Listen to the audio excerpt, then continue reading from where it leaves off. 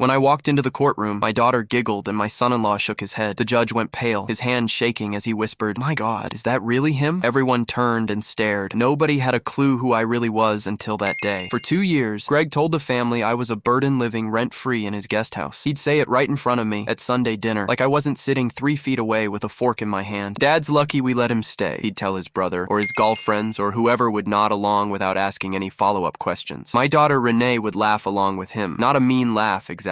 Just the kind of laugh you give when you've stopped noticing the joke is about a real person. I let it happen. I could have said something 100 times over, and I never did. I told myself it was patience. I told myself old men learn to let things slide, because fighting every small indignity is exhausting and pointless, and beneath the dignity you've spent a lifetime building. I believed that for a long time. It took me most of 2 years to understand that what I was calling patience was actually something closer to permission, and that I'd been handing it out freely without ever meaning to. My grandson Miles is the only one who ever looked at me like I was still someone. He's 14 now, old enough to notice things his parents don't, and young enough to still ask questions without worrying whether the answer would be awkward. He'd wander out to the guest house some evenings while Greg and Renee were dealing with whatever needed dealing with in the main house, and he'd ask about my old job, what I actually used to do all day, before I was just Grandpa Nathaniel who napped too much and forgot things. I'd give him some short answer about paperwork and move on. Titles, deeds, that kind of thing. I didn't think it mattered anymore. I'd buried that man years ago, back when my wife Isabel got sick, and there wasn't room left in my life for anything but taking care of her. After Isabel died, I sold our house in Connecticut and used part of the money to buy the guest house on Renee and Greg's property. It seemed like the right decision at the time. I wanted to be close to my daughter, close to Miles while he was still young enough to want his grandfather around, and the guest house was small enough that I didn't need much. A bedroom, a kitchen I barely used, a porch where I could sit with a cup of coffee and watch the property wake up in the mornings. What Greg never fully understood, or maybe never bothered to find out, was the structure of that arrangement. I signed the guest house itself over to Renee 8 years ago, as a wedding gift, back when Greg was still charming, and I still trusted my own judgment about people enough to believe the two of them were going to build something good together. The house went into her name outright, but the acre of land the guest house sat on, that I kept for myself, in my own name, quietly, without making any particular point of it to anyone. It wasn't suspicion, not at first, it was habit. 30 years doing title work teaches you certain instincts that never fully leave you, and one of the strongest is this: never let the ground go with the house if you can help it. Land and structure are two different kinds of leverage, and I'd seen too many older clients over the decades get slowly, politely pushed out of properties they thought they still had a stake in, simply because the deed said someone else's name on every line that mattered. I wasn't going to be one of those men, so I kept the acre. I filed the paperwork the way it's supposed to be filed, through the county recorder's office, clean and legal, and entirely unremarkable to anyone who wasn't specifically looking for it. Then I let 2 years pass without ever mentioning it to Greg because there was never a reason to. Greg never checked the county records. Why would he? To him, I was just Renee's father. Quiet, a little slow these days, the kind of man you talk over instead of to, easy to dismiss and easier still to forget, had once had an entire career built around noticing exactly the kind of thing he was about to ask me to sign. 3 months ago, Greg came to me with a manila folder and a bottle of wine he knew I couldn't drink. My cardiologist put me on blood thinners 2 years back, and Greg knew that. He brought the wine anyway, because that's the kind of gesture Greg makes. It looks generous from a distance and costs him nothing up close. He knocked on my door around 7 after dinner, when he knew I'd be alone with nothing much to do but watch the evening go dark outside my window. "Got a minute, Nathaniel?" he asked, already stepping past me into the kitchen before I'd fully answered. "Sure," I said. "What's this?" He set the folder on my table and the wine bottle beside it, label out, like he wanted me to notice the price tag still stuck faintly to the glass. "Little something to say thanks for being flexible with us, and I need a small favor if you've got a few minutes." I sat down across from him. "What kind of favor?" "Nothing complicated, bank stuff." He opened the folder himself, turning it to face me, tapping a finger against the top page like a man walking a customer through paperwork he'd explained 100 times before. "We're refinancing the property. Second mortgage gives the business some breathing room while a couple of deals close. The bank's title people flagged a boundary issue during their review. Your acre, the one under the guest house, needs to get folded back into the main parcel under my name so the collateral description is clean, purely administrative." "What deals?" I asked. He waved a hand, the way he does when a question lands somewhere he doesn't want to spend time. "Real estate stuff. You wouldn't find it interesting." He slid a pen across the table toward me. "It's really nothing, Nathaniel. Sign here. I file it Monday. We're done." I looked down at the page. 2 signature lines, a legal description in the small, dense print that most people's eyes slide right over, a notary block waiting at the bottom for a stamp. I didn't reach for the pen. "I'll want to read it properly," I said. "Leave it with me tonight." Something moved across his face for just a second. Quick, almost too quick to catch. The flicker men like Greg get when something isn't moving at the speed they'd already decided it would. He smoothed it over fast. "Of course, take your time." He was already standing, already reaching for his phone, already already halfway out my door with his mind somewhere else entirely. Just need it back by Thursday. Bank's got a closing window. Thursday, I repeated. Thursday, he said, and then he was gone, taillights sweeping across my porch as he pulled out of the driveway toward wherever Greg went most evenings that wasn't actually home with his wife and son. I sat at my kitchen table for a long while after that, the folder closed in front of me, the wine bottle standing beside it like something ornamental. I thought about all the years I'd spent on the other side of a table exactly like this one, watching clients sign things they hadn't fully read because someone they trusted had told them it was nothing, purely administrative. I'd built a career out of the gap between what a document said and what people believed it said. I knew how comfortable it was for the person handing over the pen to assume the person receiving it had stopped paying attention. I opened the folder again after he left. I didn't sign anything that night. I read. The transfer document was straightforward enough on its face. It listed the acre as a gift from me to Greg. $1 in love and affection. The standard boilerplate language title work uses to describe a transfer with no real consideration changing hands. Nothing unusual there. What stopped me was the second document, clipped behind the first, meant to travel with the bank's copy of the loan file and nobody else's. It was the collateral schedule for his refinance, a list of assets the bank would be securing the mortgage against, each described with a legal description and an appraised value. My acre was on that list, same legal description, word for word, but the value wasn't $1, it was $400,000. I read it twice to be sure I hadn't misunderstood. I hadn't. Two documents, prepared the same day, describing the exact same transfer of the exact same acre, and depending on which audience was reading, that acre was worth either nothing at all or nearly $500,000. I sat with those two numbers for a long time, $1 on one page, $400,000 on the next. There's a specific kind of quiet that settles over a kitchen table when you realize what you're looking at, and it isn't anger, not right away. It's closer to recognition, the feeling of watching a pattern you spent decades training yourself to notice finally show up in your own family, wearing a face you'd trusted. Both documents required a notary's seal to mean anything legally. The transfer document had a blank notary block waiting for signature and stamp. The collateral schedule, further back in the folder, already had one filled in, a stamp number, a certification that the document had been properly acknowledged, my stamp number, not my signature because I'd never signed it, but a number that had once belonged to me. From years before I let my commission lapse, still sitting in a state database as technically active because I'd never formally surrendered it, I understood immediately what he was asking me to become part of. He needed the transfer document notarized legitimately this time because the bank's closing attorney would check for that, but the collateral schedule had already gone out the door with a fraudulent notarization on it, using my old stamp number, months before he'd ever brought me the folder. He hadn't needed my permission for that part. He'd just needed my name. The favor he'd asked for in my kitchen wasn't really about the boundary at all. It was about making the paper trail consistent going forward, now that the loan was far enough along that someone at the bank might eventually notice a father-in-law's stamp number attached to a document the father-in-law had never actually seen. I thought about calling Renee that night. I got as far as picking up my phone and looking at her name before I put it back down. I didn't know yet what I was looking at, whether this was Greg cutting one corner under pressure or something with more history behind it. I'd learned, over 30 years of reading documents for a living, that the worst thing you can do with a real discovery is act on it before you understand its full shape. So I didn't call my daughter, I didn't confront my son-in-law. I put both documents back in the folder, and I went to bed, and in the morning I drove to the county recorder's office instead. The county recorder's office opens at 8. I was there at 8:15, standing at a counter I'd stood at hundreds of times over the course of my career, though it had been years since the last one. The clerk who helped me was young, maybe 30, with the practiced patience of someone who deals with confused property owners all day. I asked for the recorded documents on the property, all of them, going back to the original transfer 8 years ago. It took her 20 minutes to pull everything. I sat at one of the public terminals and went through it page by page, the way I used to teach new notaries to go through a stack of documents, not reading for content first, but checking the mechanical bones of each page, signatures, dates, notary blocks, stamp numbers. I found what I was looking for on the collateral schedule that had been filed with the bank 3 weeks earlier, as part of the loan application package. My stamp number was there, exactly as I'd seen it in Greg's folder, but the recorder's office also kept a separate index of active notary commissions in the county, cross-referenced against the state board's database, and that index told me something Greg either hadn't known or hadn't bothered to check. My commission had technically lapsed 4 years ago. I'd let it expire quietly when I retired, the way most people let old professional licenses expire, not through formal surrender, just through years of not renewing it. But the state database hadn't caught up, likely a backlog somewhere in a system processing thousands of commissions a year. My stamp number showed as active in the county's cross-reference, even though it technically wasn't, and whoever prepared that collateral schedule had either found that outdated listing or simply reused a stamp number they had on file from some other document I'd notarized years earlier. Either way, the practical effect was the same. A document had gone to a bank, describing a $400,000 valuation on an acre of land, certified as properly notarized by a commission that technically no longer existed, and that I had never actually exercised on that document at all. I sat at that terminal a long time thinking through what I actually had. Not suspicion anymore. 2 sworn valuations for a single piece of property, filed for 2 different purposes on the same underlying transaction, one carrying a notarization that was fraudulent on 2 separate grounds, my absence from the actual signing, and the technical invalidity of the commission being invoked. That's not an administrative error. That's mortgage fraud, dressed up as a favor between family. I drove home and made 2 calls that afternoon. The first was to the state notary board, whose number I still had memorized. I explained what I'd found. The woman on the phone took detailed notes and told me they'd need copies of both documents before opening a formal file, and that, depending on what they found, they had an obligation to refer matters like this to the district attorney. The second call was to myself, in a sense, a long conversation alone in my kitchen about what I actually wanted to happen next. I could still make this quiet. I could call Greg, give him a chance to unwind it before it went further. Some part of me wanted exactly that. The same part that had spent 2 years absorbing his comments about being a burden without ever pushing back. But I thought about Miles and what it would mean for him to grow up believing his father's shortcuts were simply how successful men operated. And I thought about the other families whose money might be sitting somewhere in whatever Greg was actually building with these refinances, if this was even the first time he'd done something like this. I mailed copies of both documents to the state board the next morning. I didn't call Greg. I didn't call Renee. I went about my days in the guest house exactly as I had for the past 2 years. Quiet, easy to overlook, giving no sign at all that anything had changed. Greg noticed within about 10 days that something had shifted. I don't know exactly how, whether the bank flagged an issue with the closing attorney about my stamp number's actual status, or whether someone at the state board had already reached out to verify details before opening their file, or whether it was simpler than that, and he just started feeling the particular unease men like Greg feel when a situation they thought was fully controlled stops behaving predictably. Whatever the reason, he started coming around the guest house more often. Small visits, nothing dramatic. He'd stop by with coffee on his way to somewhere else, ask how I was feeling, mention offhand that he hoped the refinance paperwork hadn't been too confusing. "Let me know if you have any questions about any of it," he said one morning, standing in my doorway with 2 coffees he'd bought at the place near his office, one of which he handed to me like a peace offering I hadn't asked for. "I know legal stuff can get dense. Happy to walk you through anything." I told him it was all clear enough. I didn't mention the state board. I didn't mention the county recorder's office, or the stamp number, or the $400,000 sitting on a page he probably assumed I'd never actually read. I just drank the coffee and told him I appreciated him checking in, and watched something in his shoulders relax slightly before he left. He came back 3 days later, and this time it wasn't coffee. It was an invitation to dinner, the whole family, at the good restaurant downtown that Renee liked for anniversaries and birthdays. "Just want to do something nice," he said. "Feels like we've all been running in different directions lately," Miles included. I said yes, partly because I wanted to watch him more closely in a setting where he'd be performing for an audience larger than just me, and partly because some old habit of mine, the habit of a man who spent decades believing that people generally deserve the benefit of the doubt until the evidence says otherwise, still wanted to believe there was a version of this, where Greg simply owned what he'd done and made it right. Dinner was, on its surface, exactly what he'd promised. Good food, easy conversation, Miles telling a long and enthusiastic story about a science project that had gone sideways in an interesting way. Renee seemed happier than she had in months, relaxed in a way I hadn't seen from her in a long time, and I found myself, more than once, almost forgetting why I was actually there. Near the end of the meal, after the plates had been cleared and Miles had wandered off toward the restaurant's fish tank, Greg leaned forward and lowered his voice slightly. "I want to be straight with you about something, Nathaniel. I heard from the bank's attorney that there might be some question about the notarization on part of the loan file, some paperwork mix-up with an old stamp number." I kept my face neutral. "Is that right?" "It's nothing, honestly, just bureaucratic stuff, but I wanted you to hear it from me first in case anyone reaches out to you about it." "Deal." He held my eyes for a moment, and I watched him searching my face for some sign of what I already knew, some tell he could use to calibrate how much damage control he actually needed to do. "If anyone does call, I'd really appreciate you just telling them it was a simple oversight, that we sorted it out as a family. I don't want this to become a whole thing that follows us around, you know? For Renee's sake, for Miles." There it was, not an apology, not an accounting of what he'd actually done, a request that I help him manage the story before the story had even fully surfaced, wrapped in the language of protecting the people I loved most, delivered at a dinner he'd orchestrated specifically to put me in a frame of mind where saying no would feel like ruining something good. "I'll think about it," I told him, which was true, though probably not in the way he wanted it to be. I thought about it for 4 days, longer than I should have, maybe, but 4 days felt honest to how genuinely torn I was. Part of what made it hard was that Greg followed up the dinner with actions, not just words. He called the notary board himself, according to the woman I'd spoken with there, and gave a statement admitting the collateral schedule had gone out with an error and offering to have it corrected and resubmitted with a properly executed notarization. He told Renee, in front of me, that he'd been sloppy with some paperwork and was fixing it. He was contrite in a way that, if I hadn't already known what I knew, would have looked entirely convincing. Renee called me on the 3rd day, her voice warmer than it had been in a long while. Dad, I know things have been weird lately, and I know Greg can be a lot sometimes, but he told me he really messed up on something and he's trying to fix it. I just wanted you to know I appreciate you being patient with him, with us. There was something in her voice I hadn't heard directed at me in years. Something close to the way she used to talk to me before Greg's version of our family had settled into place and quietly rearranged all the furniture of how she saw me. I let myself feel that for a moment. I let myself imagine a version of the next several years where this became a story we eventually laughed about, a scare that made Greg a better man and brought Renee and me a little closer for having weathered it together. I thought about Miles growing up watching his father actually own a mistake instead of bury it, and how much that might matter for the kind of man Miles eventually became himself. The state board called me on the fourth day to ask how I wanted to proceed, now that Greg had proactively reported an error and offered corrective action. The woman on the phone was careful not to tell me what to do, but she made clear that voluntary correction, especially combined with a complainant's request to close the matter informally, could reasonably result in the board treating this as resolved without further referral. I told her I needed one more day. That evening, I sat on my porch and watched the property the way I had for 2 years. The guest house small and quiet behind me. The main house lit up warm through its windows with the sounds of my daughter and my grandson inside it. Everything about the moment argued for letting it go. The family was, on its surface, healing. Greg had done something that at least resembled accountability. Pursuing this further meant risking all of it. Renee's newly warm voice, Miles's stability, whatever fragile goodwill had been rebuilt over 4 days of Greg performing exactly the contrition I'd once hoped for. I nearly called the board back the next morning and told them to close the file. I didn't call the board back that morning. What stopped me was a small thing, the kind of detail that only matters if you already know how to look for it. Greg texted me the night before I was going to make the call. Just a short message. Almost forgot. While we're squaring away the paperwork, could you also notarize the deed correction on the Ohio property? Same kind of thing, just cleaning up an old error. I'll swing by Thursday with it. I read that message 3 times. The Ohio property was new to me. Greg had never mentioned owning anything outside the state before, not once in 2 years of dinners and small talk. And the request itself, notarize a deed correction on a completely different property. Time to arrive folded inside the same gesture of contrition that was supposed to be about fixing his one mistake, didn't sit right with the story he'd been telling all week. A man who'd made a single sloppy error and was genuinely working to correct it doesn't casually add a second, unrelated notarization request to the pile while everyone's attention is still on the first one. A man managing a pattern does exactly that. He'd learned 3 months ago that I still read documents carefully. What he apparently hadn't learned was that I'd also learned something from watching him ask. I didn't respond to the text that night. Thursday morning, I called the state board back, not to close the file, but to ask a different question. Could their office cross-reference notary stamp numbers against other counties, or even other states, to see if my number had turned up anywhere else? It took them 2 days to get back to me. When they did, the woman I'd been speaking with sounded different than she had before, more careful, more precise in her phrasing, the way people get when a routine inquiry has turned into something they need to document exactly right. My stamp number had been used or referenced on 3 other property filings over the past 14 months, 2 in this state, 1 in Ohio. All 3 involved acreage valued dramatically differently, depending on which document you were looking at. Low values for family transfers, high values for loan collateral, the same pattern I'd already caught, just repeated with different pieces of land and different banks. Greg came by Thursday afternoon as promised, a thin folder under his arm, easy smile already in place before I'd even opened the door. Got that Ohio thing, he said. Shouldn't take 5 minutes. I didn't invite him in. I know about Ohio, I said. And the other 2. The smile didn't leave his face right away. It just went still, the way a pond goes still right before something under the surface breaks it. I don't know what you mean. I think you do. I kept my voice level. 30 years of sitting across tables from people who just realized the document in front of them wasn't going where they'd planned had taught me that volume never helped in these moments. Stillness did. I called the board back yesterday, not to close anything, to ask them to check. Something shifted in his posture, a kind of recalculation happening almost visibly behind his eyes. When he spoke again, the warmth was gone, replaced by something flatter and more careful. Nathaniel, think about what you're doing here. Think about Renee, about Miles. You really want to blow up this family over some paperwork? You blew it up, I said. I'm just the first person who happened to actually read it. He stood on my porch for a moment longer, the folder still under his arm, and then he turned and walked back toward the main house without another word. I watched him go, and I understood with a clarity that felt almost peaceful after weeks of uncertainty that the dinner, the contrition, Renee's warm phone call, all of it had been constructed for exactly one purpose, not repair, containment. He'd needed me to stand down just long enough to add one more property to a pattern he had no intention of stopping. I called the board that evening and told them everything. The Ohio property, the other filing in state, the text message, which I still had. They told me this had moved well beyond a notary licensing matter, and that they'd be referring the complete file to the district attorney's office within the week. The DA's office called me 2 weeks later. A junior prosecutor named Alicia Ferris, methodical and unhurried on the phone, in a way that made me trust her more than I might have trusted trusted someone eager to move fast. She wanted to meet in person, and I drove downtown to a small conference room that smelled faintly of old coffee and asked me to walk through everything from the beginning. I told her about the folder in my kitchen, the 2 documents, the county recorder's office, the lapsed commission, and the stamp number that had outlived its own validity in a database nobody had bothered to clean up. She took notes without interrupting, and when I got to the part about Ohio, she stopped writing and looked up. We'd already flagged that filing, she said, separately. A title company in Columbus caught a discrepancy on their own about 6 weeks ago and referred it to their state's fraud unit. We'd been trying to figure out if it connected to anything here. You just connected it for us. Over the next hour, she filled in pieces I hadn't had. Greg's company had been layering debt across multiple properties for close to 2 years, using inflated collateral valuations to secure financing he then used to cover shortfalls elsewhere, a structure that only worked as long as no single lender looked too closely at any single property in isolation. It was the kind of scheme that could run for years if nobody connected the individual pieces, and it would have kept running if I hadn't happened to be a retired notary who still read fine print out of habit. How much are we talking about? I asked her. In total. She was careful with her answer, the practiced carefulness of someone still building a case. We're still working that out. But across the properties we've identified so far, the inflated collateral values add up to somewhere north of $2 million